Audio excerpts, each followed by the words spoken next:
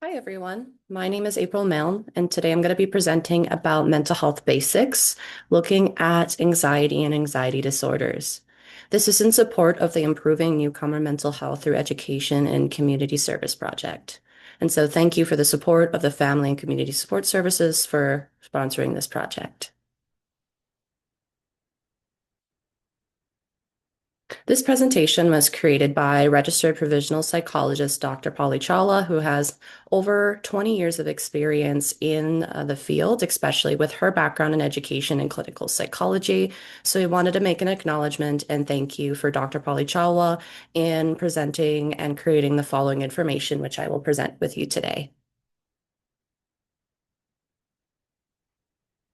As for myself, as the presenter, a little bit of background about me. As I said, my name's April Milne. I have a master's degree in counseling, and currently I work as a Canadian certified counselor in the Edmonton, Alberta community.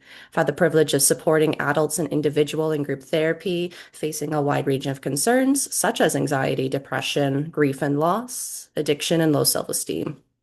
It's an honor to be present today on anxiety and to talk about some mental health basics when it comes to anxiety and what it is all about.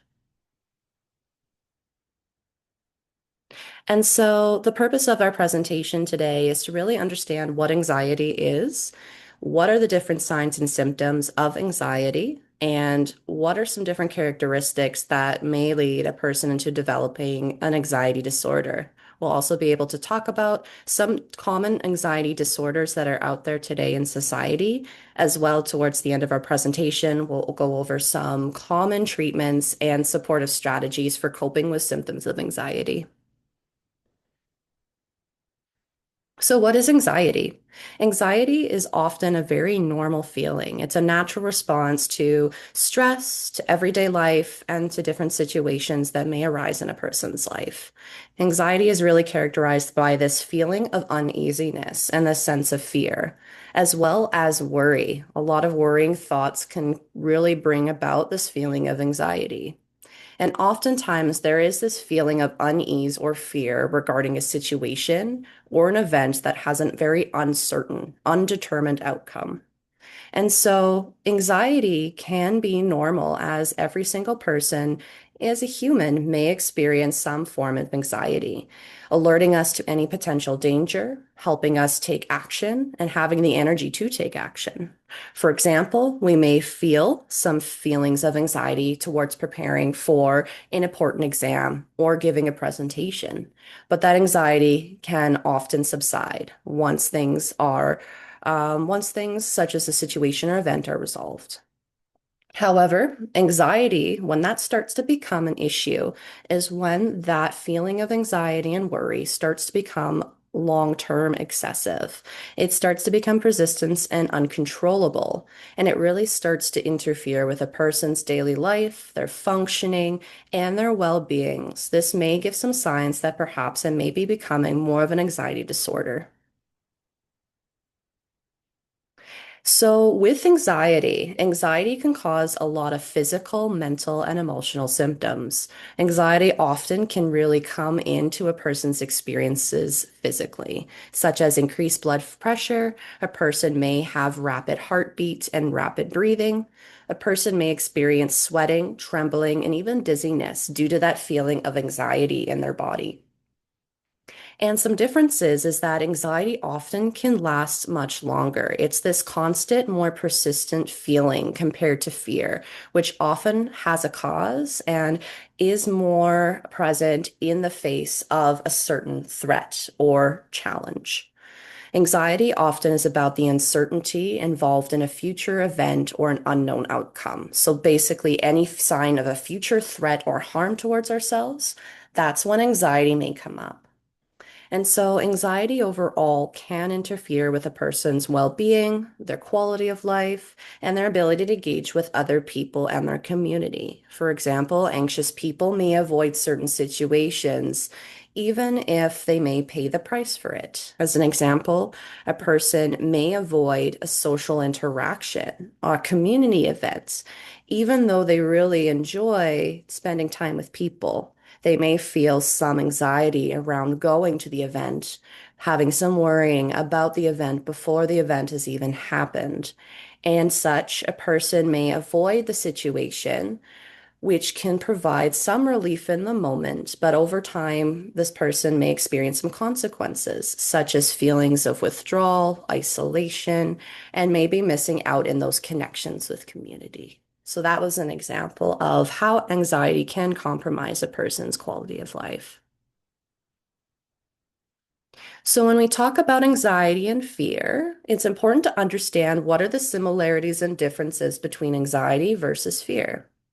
As previously mentioned, fear is really this intense temporary response that happens when in the face of a certain event, situation, or stimulus that is perceived as very threatening or harmful. For example, if we encounter a dangerous animal in the wild, such as a snake or a bear, we may feel fear in the physical moment. Our body enters that fight or flight response where we prepare ourselves for danger physically, especially our body gets prepared to either fight or flight in the moment. And that is to help us really cope with that danger and that stressor. And oftentimes fear can be intense, but there is that relief that can come once that threatening or dangerous situation or stimulus is resolved. Anxiety, on the other hand, is a very ongoing, very pervasive feeling that is often more general in how it shows up. And it's more so the sense of unease and apprehension that is really about the sense of uncertainty of the future, whether or not there is a present threat in the moment or not. So, fear is really about this intense feeling in the moment to a threat, whereas anxiety is about more or less specifically a current threat, but overall feeling of uncertainty about a perceived threat that can come in the future. So some key differences to understand fear versus anxiety is fear is can be more of an adaptive emotion. It helps us prepare for danger. It helps us to react quickly. That can be helpful, especially in instances when we are in danger, such as if we do see a snake or a bear when we're out in the wild going for a walk, as an example. Our body responds naturally to that sudden fear or perceived fear. Anxiety, how, on the other hand, can show up regardless if there is a bear or not. Anxiety can show up in a variety of ways throughout our life, whether it be about test exams, whether it be about adapting to a new culture, whether it be about social events. Anxiety can become excessive and interfere with our daily life. And it may happen in ways which can be hard to cope with. And so oftentimes people may go into what's called avoidance behaviors. They may try to avoid certain situations, certain outcomes to prevent dealing with that anxiety in the moment, which can be quite hard to cope with. And anxiety can be very uneasy and very much experienced by a variety of many people in our life and in our society. And oftentimes women can be more likely to experience this as well too, which is why it's really important for us to have this discussion around anxiety and how it shows up differently for each and every person.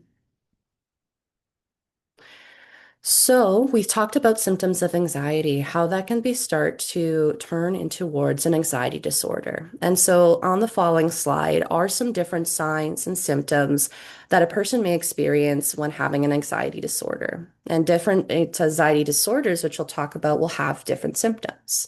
Some common symptoms that arise with an anxiety disorder is excessive fear and worry. A person may have difficulty relaxing and they may feel this ongoing sense of uneasiness, panic, or doom that something bad is going to happen to them. It's this constant state of jitteriness or shakiness. A person may also experience a lot of physical symptoms, such as nausea, dizziness, headaches, muscle tension. They may experience a racing heart. Breathing gets very fast and shallow. A person may breathe so fast they enter into hyperventilation. So it may feel like a lot of pressure on the chest. and cause us to experience symptoms very similar to what a heart attack may feel like. Person may also experiences fatigue, difficulty sleeping or falling asleep, and they may feel very instantly startled, and especially in a variety of different situations. And so anxiety can show up very differently for each and every person, and it's important to understand these different symptoms that can come up. As such, just to kind of summarize what anxiety versus an anxiety disorder is, anxiety is a normal reaction to difficult times that often has a starting point and an ending point. Oftentimes, it's a response to very stressful or toxic situations and often lessens over time. Anxiety disorders are ongoing. It comes out of nowhere, this feeling of anxiety, and it can last for weeks or even months. It starts to interfere with a person's everyday life and feels very hard to manage or control. So those are the main differences between anxiety and an anxiety disorder. And so in the next couple slides, we're going to be talking about some different types of anxiety disorders. Everything from generalized anxiety disorder to social anxiety disorder and social phobia.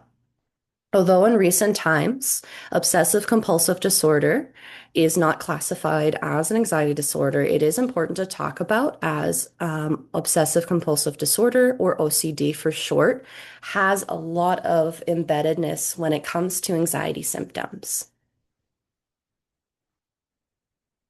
So first, we're going to talk about generalized anxiety disorder. This is a common anxiety disorder that can impact many people in their everyday life.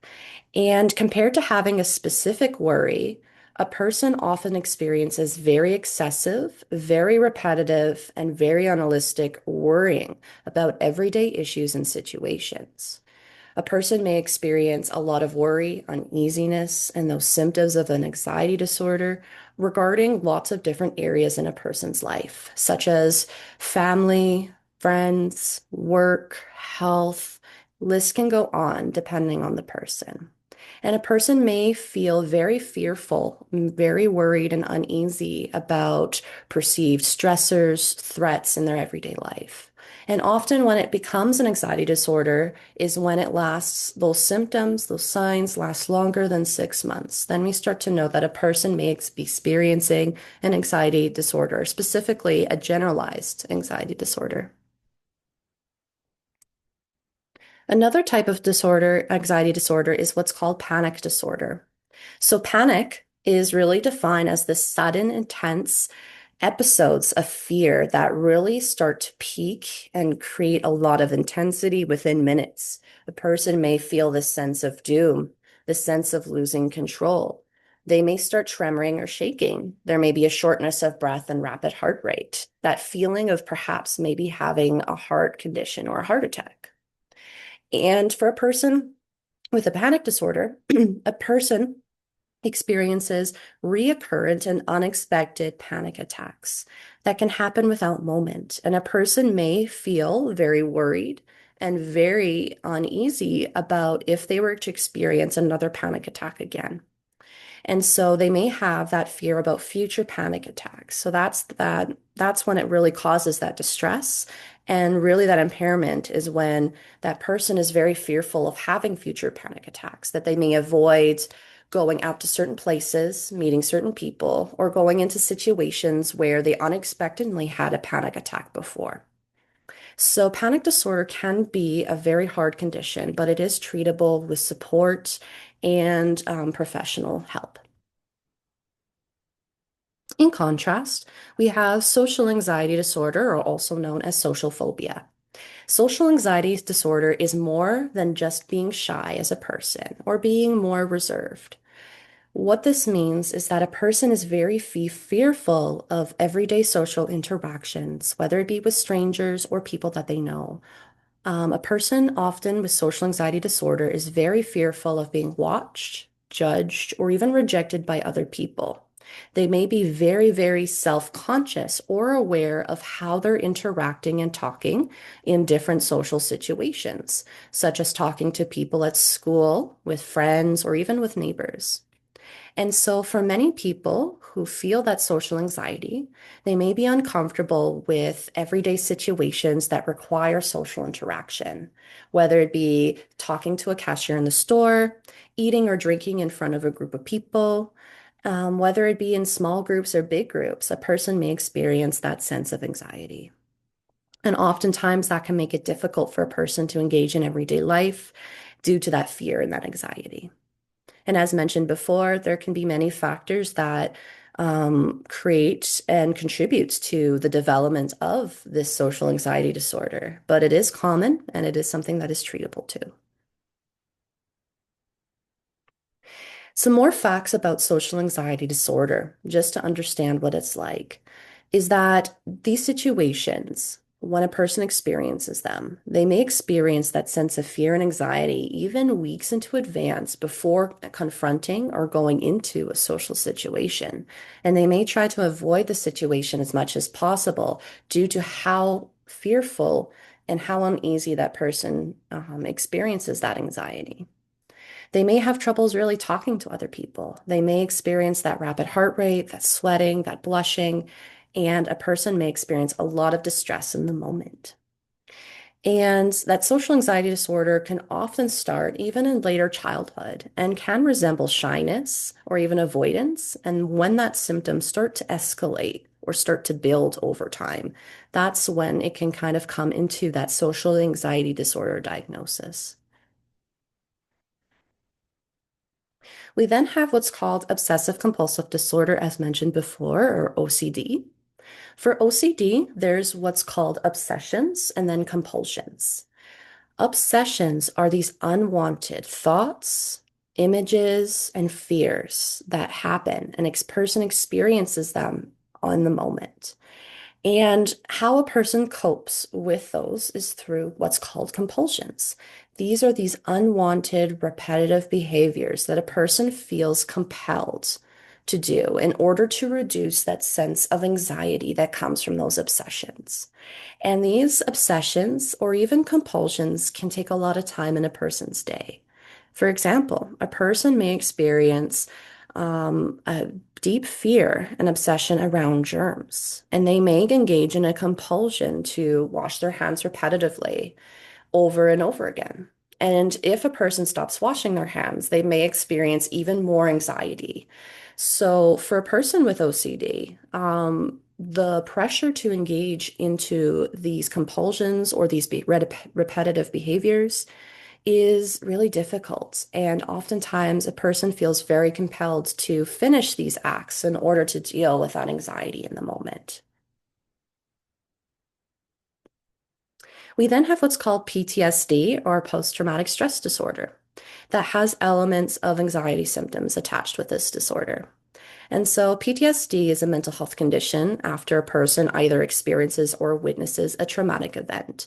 And this can vary from natural disasters, physical violence, abuse, war, and especially for those refugees, especially pre or post migration travel can be very traumatic for some folks. And so there can be a lot of different events that can be traumatic in a person's life. And a person may experience symptoms of trauma that can start interfering with a person's life, and that can come to the diagnosis of PTSD. And PTSD can even come from everyday struggles, especially for immigrants and refugees, especially from the differences when it comes to language and other barriers, experiences of marginalization, racism, isolation and withdrawal, and difficulties when it comes to employment and finding financial security. So, a lot of different experiences can add to the struggle when it comes to PTSD. Symptoms of PTSD include re-experiencing the trauma, the event, and the impact of that event through what's called flashbacks and nightmares. A person may experience that reliving, experiencing or reliving that event, what it felt like emotionally and mentally to be back in that time they experienced the trauma. As such, a person may have anxiety around those reminders of the trauma. And so a person may avoid those reminders in order to reduce that anxiety. And when it comes to PTSD, it's very important to look for changes in behavior. A person with PTSD may experience difficulties coping. There may be changes in mood and behavior. A person may withdraw socially and from their community. And so, if we notice that a person that we know may be experiencing signs of PTSD, it's important to encourage them to reach out for support. Next, we have separation anxiety disorder. Often, this is a disorder that can be diagnosed in children, but it also can be diagnosed in adults as well.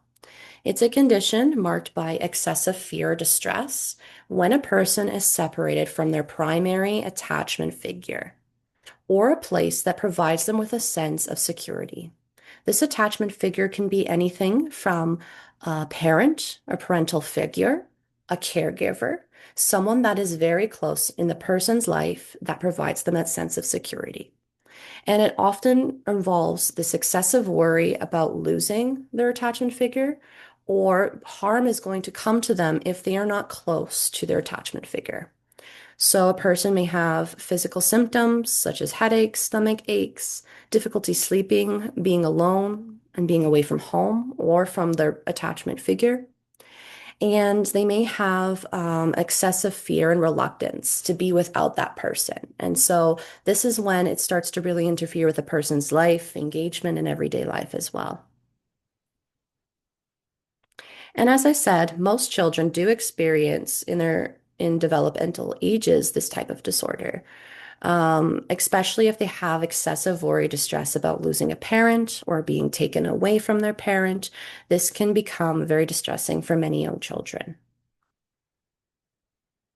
We then have what's called illness anxiety disorder, or known as health anxiety, where a person experiences a very specific and excessive worry about having a serious illness or medical conditions, despite having no symptoms or even mild symptoms of that.